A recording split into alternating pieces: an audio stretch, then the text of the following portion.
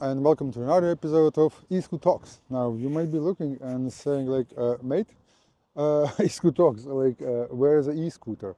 Well, today's episode is going to be slightly different. Today I have here with me my e-bike that I bought roughly a year ago, and I'm going to share actually reason why I picked up this bike. I was looking for a while to get an e-bike. Just like, if I'm going somewhere for a bit longer journeys, or if I'm going, for example, on N7, because N7 is a national road, I can go with the e-bike. If I go there with the e-scooter, I'll probably become a main star on TikTok. But if I go on e-bike, maybe I'm not going to get that much of attention. But that was not the only reason. So I was looking for an e-bike that, is should be comfortable to ride, and I should be able to store it in a small space and take out the battery. But if I need to park it somewhere, that it's not too obvious that it's an e-bike. And that's all that I actually got with this bike. So it's the Samebike M-nine. The battery is actually here in the frame. Bike is, of course, foldable. As you can see here, it has a safety latch. I'm not going to fold it now because it is a little bit squeaky. It needs some oil, it needs some maintenance. And when you fold it, you can take out the battery. Ignition for the battery is located here underneath. I like it and I don't like it at the same time. It has front and rear shifter like any normal pedal bike. So if the battery dies, I can just, ride it like any other normal bike. Front suspension, pretty nice. And rear suspension. We're gonna test those out, but they should work well.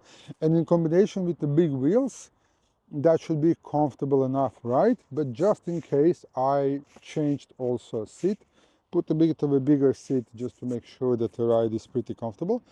Front suspension can also be locked in. I don't think I'll be using that ever at all.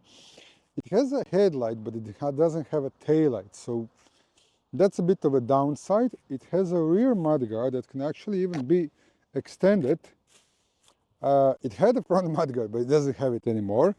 Rear hub motor, what I actually preferred, because a front hub motor, because the majority of the weight is on a rear wheel, front hub motor can skid sometimes, okay? Where with rear hub motor, that's not going to happen, especially with the lower power motors. And front and rear disc brakes, mechanical, but they can be upgraded to X-Tech. So basically, in around €1,000 price tag, I got everything I wanted in a bike, because these are selling around €1,000, 1,200. It's a decent price, to be honest, and it looks like a decent bike. Now the only question is how well it's going to serve me and what's the quality on it. And that's why I actually like second-hand bikes, because in second-hand bikes you can already see if something starts kind of falling apart or whatever. 48-volt battery, 10 amp hour capacity. I don't know, I'm thinking like, what should I expect?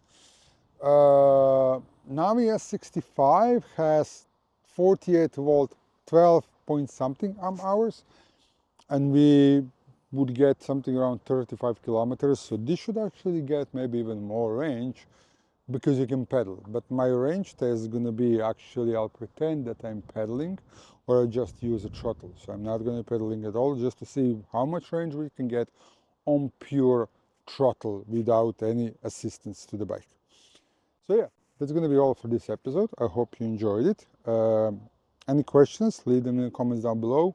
Any video ideas, leave them in the comments down below. I hope you enjoyed it. I hope you learned something, and I hope I earned your subscription. If you want to support me, you can always buy me a coffee, but completely free way to support me, and just going to take you a couple of clicks, is of course to like, share, and if you didn't, maybe subscribe.